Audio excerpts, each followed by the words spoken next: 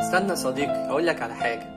دماغك سحلاك وعمال تفكر تفكر تفكر، عندك اوفر ثينكينج، وطبعا الافكار دي بتجيلك وانت داخل تنام او انت لسه على السرير وهتفكر انك تنام. تشتغل بقى عليك افكار اليوم كله، إيه اللي زعلك وايه اللي مضايقك، وتجيب من الماضي وتجيب من الحاضر وتجيب من المستقبل. انا هقولك على حاجة وما تستهونش بيها خالص: الورقة والقلم. ايوه، الورقة والقلم. الورقة والقلم اللي انت شايفهم حاجة صغيرة وكلمة وبتعدي وحاجة، هما ممكن ينقذوا حياتك، ممكن ينقذوك من الاكتئاب والقلق وأمراض نفسية كتير جدا. ورقة وقلم، واكتب كل فكرة بتجيلك. اكتب أفكارك قبل ما تنام، سواء حلوة سواء وحشة، اكتبها وخد نفس من بطنك وطلعه ونام. على مدار أسبوع هتلاقي نفسك اتحسنت جدا جدا. اعملها وجرب وقولي، وابعتلي في كومنتات بعد ما تجرب. قولي أنا جربت وحصل ايه، حصل تأثير ايجابي ولا حصل تأثير سلبي.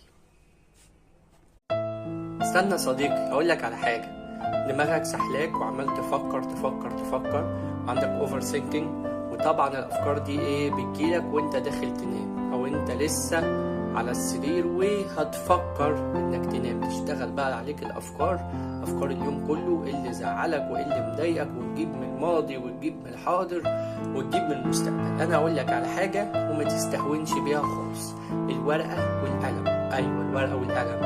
الورقة والقلم اللي انت شايفهم حاجة صغيرة وكلمة وبتعدي وحاجة، هما ممكن ينقذوا حياتك، ممكن ينقذوك من الاكتئاب والقلق وأمراض نفسية كتير جدا. ورقة وقلم، واكتب كل فكرة بتجيلك. اكتب أفكارك قبل ما تنام، سواء حلوة سواء وحشة، اكتبها وخد نفس من بطنك وطلعه ونام. على مدار أسبوع هتلاقي نفسك اتحسنت جدا جدا. اعملها وجرب وقولي، وابعتلي في كومنتات بعد ما تجرب. قولي أنا جربت وحصل ايه، حصل تأثير ايجابي ولا حصل تأثير سلبي.